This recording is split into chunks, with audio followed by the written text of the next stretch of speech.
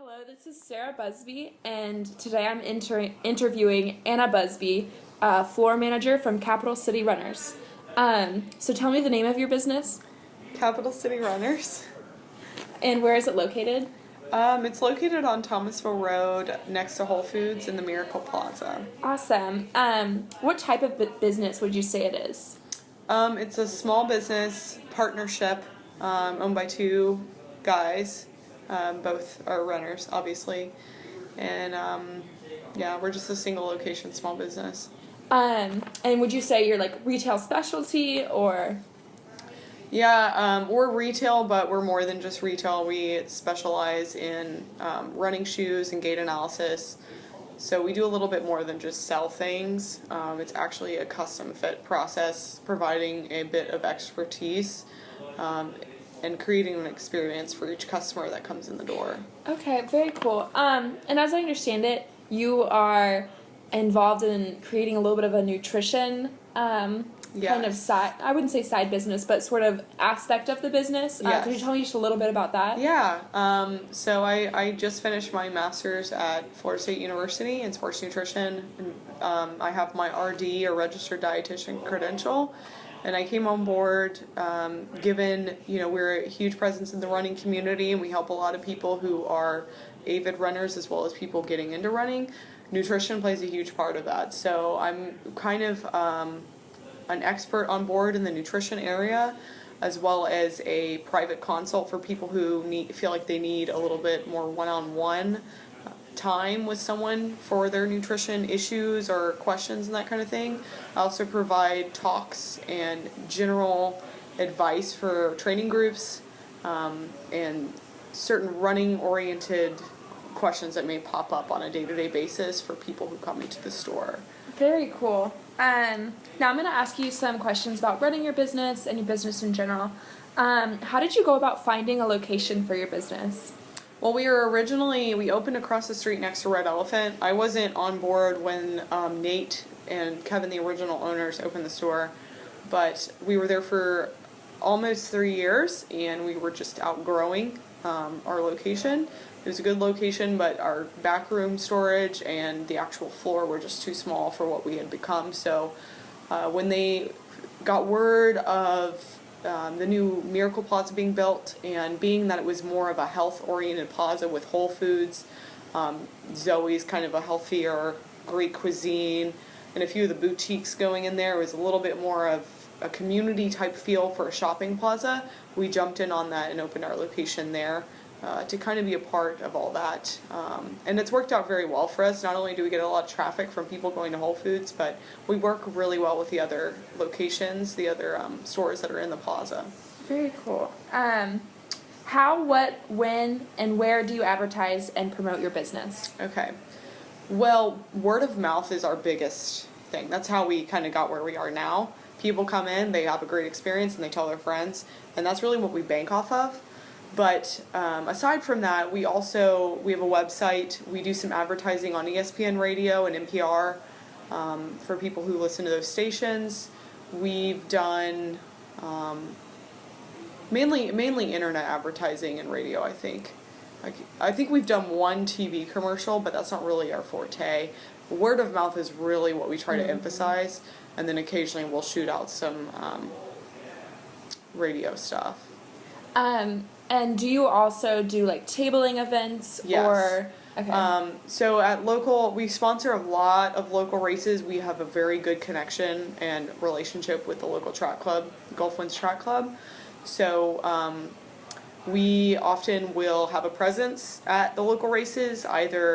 Usually it's both having a tent up with promoting what we do and how we do it, having samples of our products and giving out business cards. Sometimes we actually will sell certain items at the races, and our staff, being that we are all runners, we actually participate in the races and have a presence in that way. So it kind of legitimizes what we do, because we actually get out there and do exactly what people come to us for advice for. Okay. Okay. Do you use any information technology to help you run your business? And if so, what kind? Yes. So the main thing we do as a business is gait analysis. So we have people come in, we watch them run and actually film them with a specialized camera, and then we use a software that a lot of physical therapists and athletic trainers use, and it's high definition, so we can slow down the gait and use technology to look at angles at the ankle and lower leg to see any degree of overpronation or underpronation that may be taking place.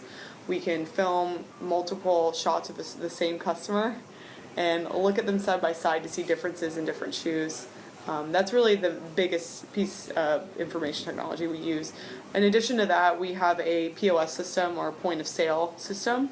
So that's how we run our transactions, and that connects to our RICS software, which we run reports, look at sales data that helps us predict what we need to be ordering, or how we need to be trimming back or adjusting certain things so we can optimize profits.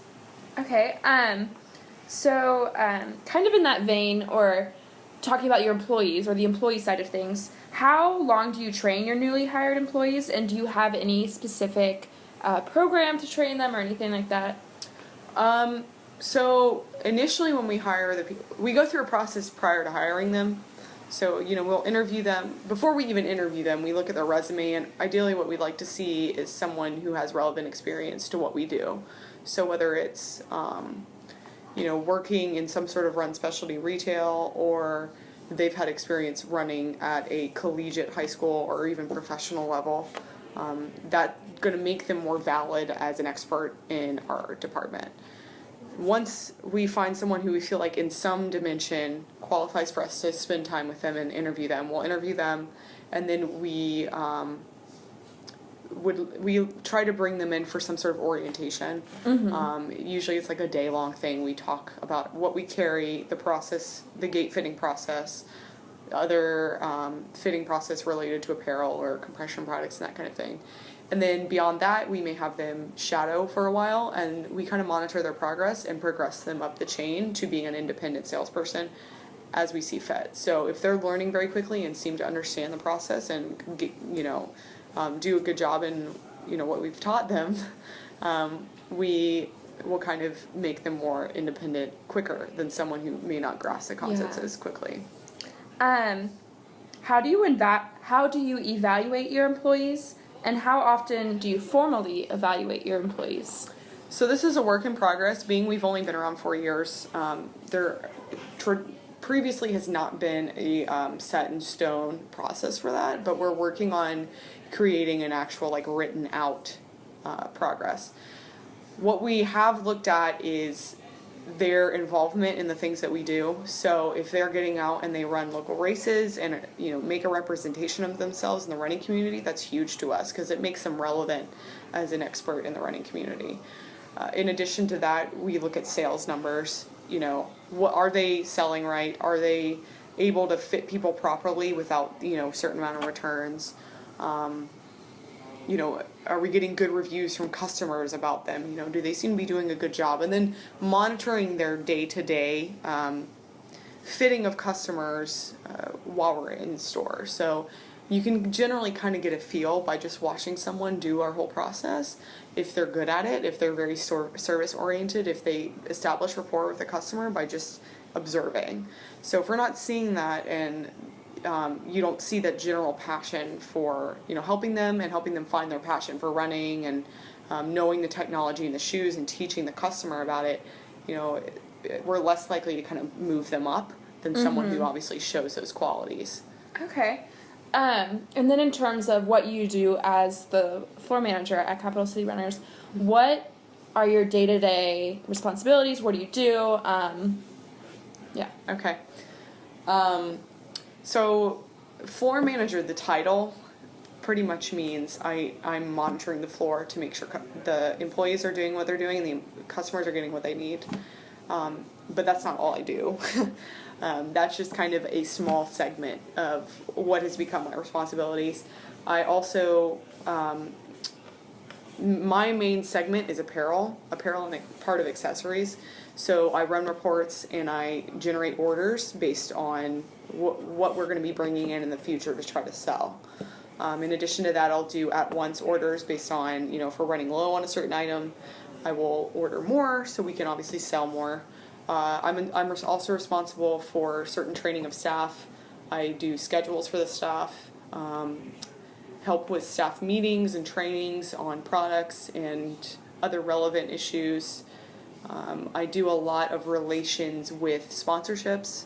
So a lot of times, me and the other manager will sit down and decide what we want to do in order to sponsor a certain event or how we want to have a presence at that event. And oftentimes I'm out there at the event representing us as a form of marketing, form of showing what we do and who we are. I do some social media stuff, so I mainly product promotion through Facebook or event promotion. Our boss, John, mainly does the website, but Facebook, a lot of the responsibility has been kind of passed on to me. And whatever else may come up, being a small business, weird things come up, and there's only 3 of us who do most of the stuff, so weird things I'll just kind of take under my belt and run with it. Yeah. How do you see this business expanding and growing, or how would you like, what's your vision for how this could grow or anything like that? So one thing we're kind of opening up as of recently is, we've kind of always been seen as a run specialty store, but we are slowly branching out into triathlon, which is a branch of running, but it's also biking and swimming, and there's different gear involved. There's no one else in town who does triathlon. There are cycling stores and there are swimming oriented vendors, but no one else who does specifically triathlon. So that's one way we're kind of trying to expand what we do, because it's a very easy way to make profits, being that triathlons are continually getting bigger alone. In addition to that, as I've come on board as a managerial staff with my nutrition background, nutrition knowledge, there's a huge market for the kind of customer we deal with and their lack of nutrition knowledge or desire to incorporate more nutrition help into what they do. So the biggest part of our market is people trying to get in shape or lose weight. Well, that's where I come in. So I'm slowly trying to integrate more nutrition education, nutrition seminars, and one-on-one nutrition counseling through the store for the customers that come in. In addition to that, I know we've got some athletic injury education going on. Most of it right now at this point is based on we've all experienced some form of athletic injury and can give customers advice on that. But eventually down the road, if we can get the licensing and whatnot, figure it out, it'd be cool to be able to offer some actual sort of therapies through the store. But that would be a ways down the road. So at this point, I'd just say the triathlon and maybe some nutrition work. Okay, very cool. Thank you so much for letting me interview you. You're always running for the thrill of it, thrill of it.